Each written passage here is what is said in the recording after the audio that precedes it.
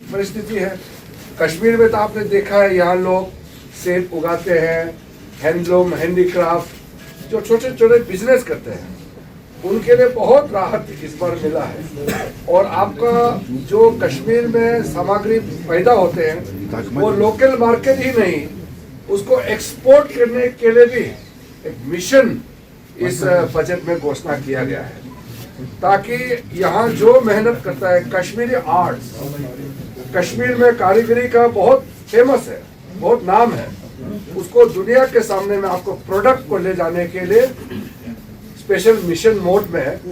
इस बार अनाउंसमेंट जो हुआ है, इसमें पूरा इंटरवेंशन करके सपोर्ट मिलेगा आपको, लोन लेकर के आप प्रोडक्शन में इंक्रीज करके आपका प्रॉफिट मार्जिन को तो इंक्रीज होगा ही होगा, लेकिन साथ साथ में कश्मीरी आर्ट ये दुनिया का सामने में जाएगा। तो मैं मानता हूं कि ये बजट के बाद में यहाँ स्मॉल स्केल इंडस्ट्री और मीडियम इंडस्ट्री के लिए बहुत बड़ा एक रेवोल्यूशन आएगा पूरे आपका इंटर जम्मू कश्मीर में, और इस वैली में तो आपको बहुत ज्यादा फायदा तुरंत देखने को मिलेगा।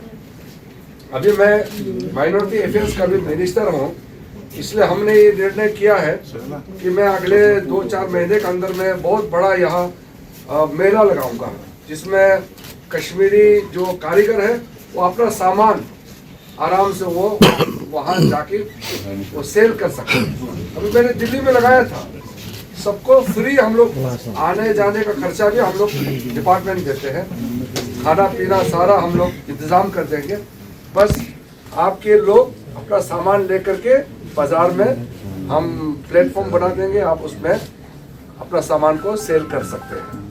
तो इस तरीके से जो स्मॉल स्केल, मीडियम और जो लार्ज स्केल का तो होता है, पर विशेष करके मीडियम और स्मॉल स्केल इंडस्ट्री के लिए बहुत खास काम इसमें हुआ है। उसके बाद में जो इस बार का बजट में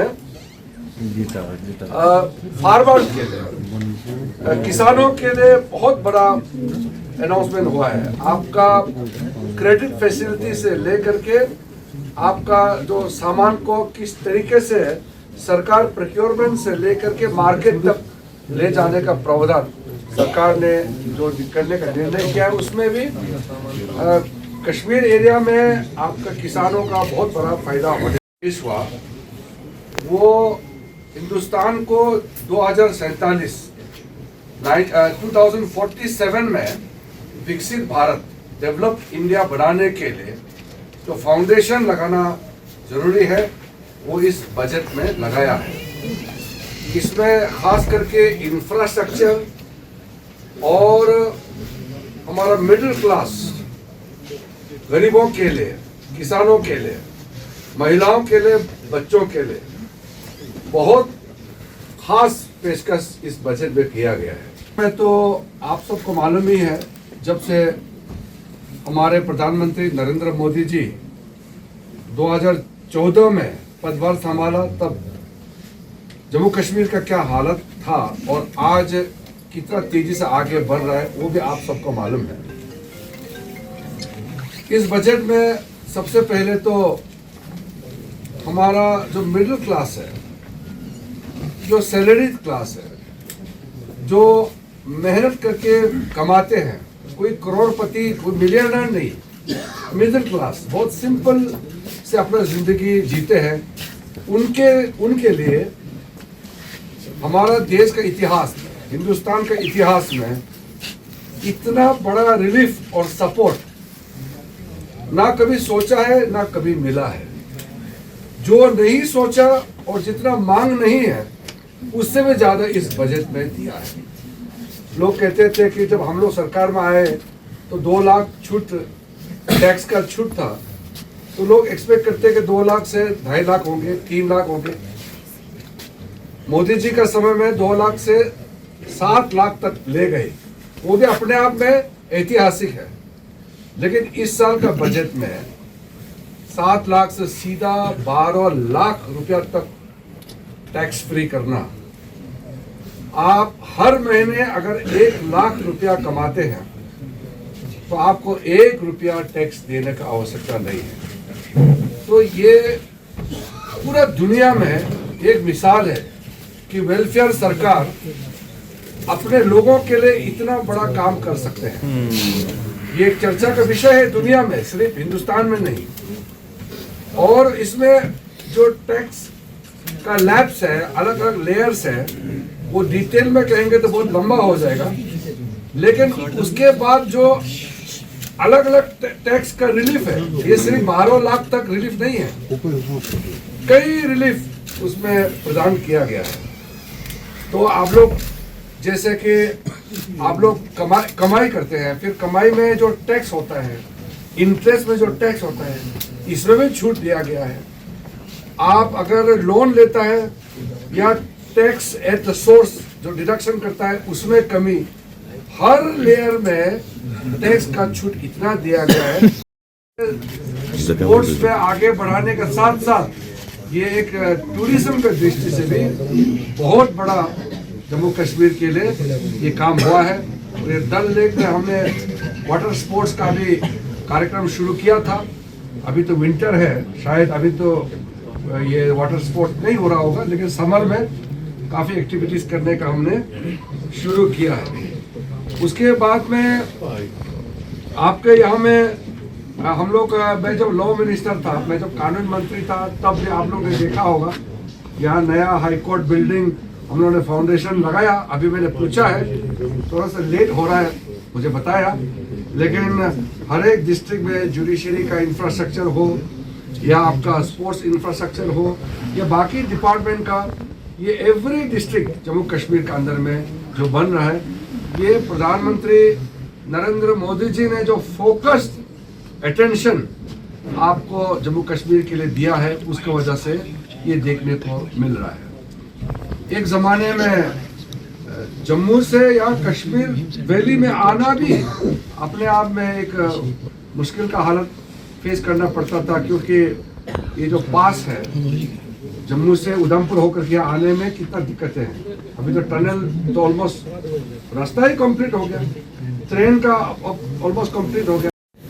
कई पॉइंट्स है, मैं अभी इसलिए इसको कट शॉर्ट कर रहा हूँ ताकि आपको कुछ पूछने का मौका मिलेगा, क्योंकि मेरा अभी मैं सब्जेक्ट मिनिस्ट्री डिपार्टमेंट वाइज जाएगा तो बहुत लंबा हो जाएगा, इसलिए मैंने एक ब्रीफ इंट्रोडक्शन आपको दिया है। अगर आपको क्लैरिफिकेशन और कुछ पूछना चाहते हैं आप पूछ सकते हैं। और अभी इनकम टैक्स को लेकर के एक सिंप्लीफिकेशन, सरलता के लिए नया कानून हम लोग बना रहे हैं। परसों कमेटी बनाया और पार्लियामेंट्री एक सिस्टम होता है, सेलेक्ट कमेटी बना करके इनकम टैक्स को भी बहुत सरल करने का मोदी सरकार ने निर्णय किया है। तो सबसे powers between the governor and the office of the chief minister, because I am confined to the budget press conference, so I would not like to venture into the political and the governance side. Otherwise, the headline will be diluted. Mr. Rijiju, you talked about the corruption. So recently here, the ACB, which is under the Lieutenant Governor, they arrested 2 government employees for the scam in the smart city project. And immediately, a couple of officers were shifted from the ACB. So when you talk about being transparent and having not tolerating the corruption, what do you have to say about that? And people say the probe has been a little halted after the transfer of the office. Now, I believe what you said is very correct. Any act of corruption, if found out to be true, then strictest possible action will be taken. There is zero tolerance against corruption in our government. So if this kind of wrongdoings are found, then actions are being taken. That is why this particular case which you mentioned about was found out and are to be had taken place.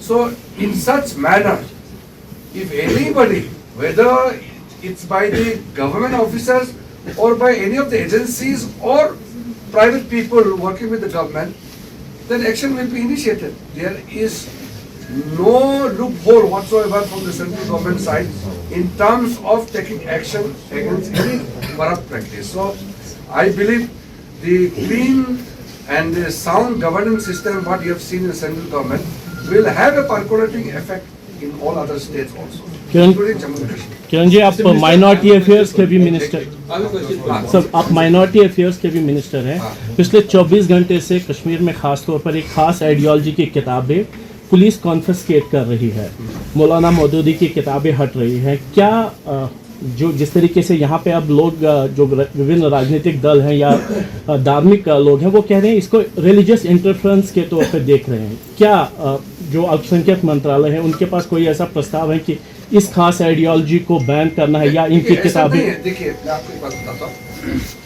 मैं जब से minority affairs मंत्री बना, हमारे देश में 6 minority communities है जो नोटिफाइड है। मुस्लिम, सिख, क्रिश्चियनिटी, बुद्धिस्ट, जैन, पारसी।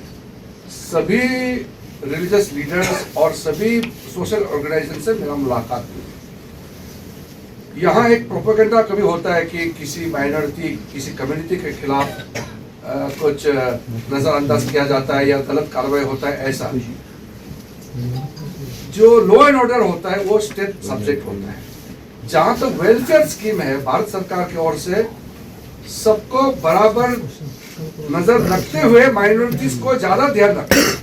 लेकिन अगर आइडियोलॉजी के लिए या लॉ एंड ऑर्डर दृष्टि से अगर कोई एक्शन होता है तो वो सेंट्रल गवर्नमेंट से हम कुछ इस वक्त कमेंट नहीं करना चाहेंगे, क्योंकि मुझे इसका पूरा खबर नहीं है।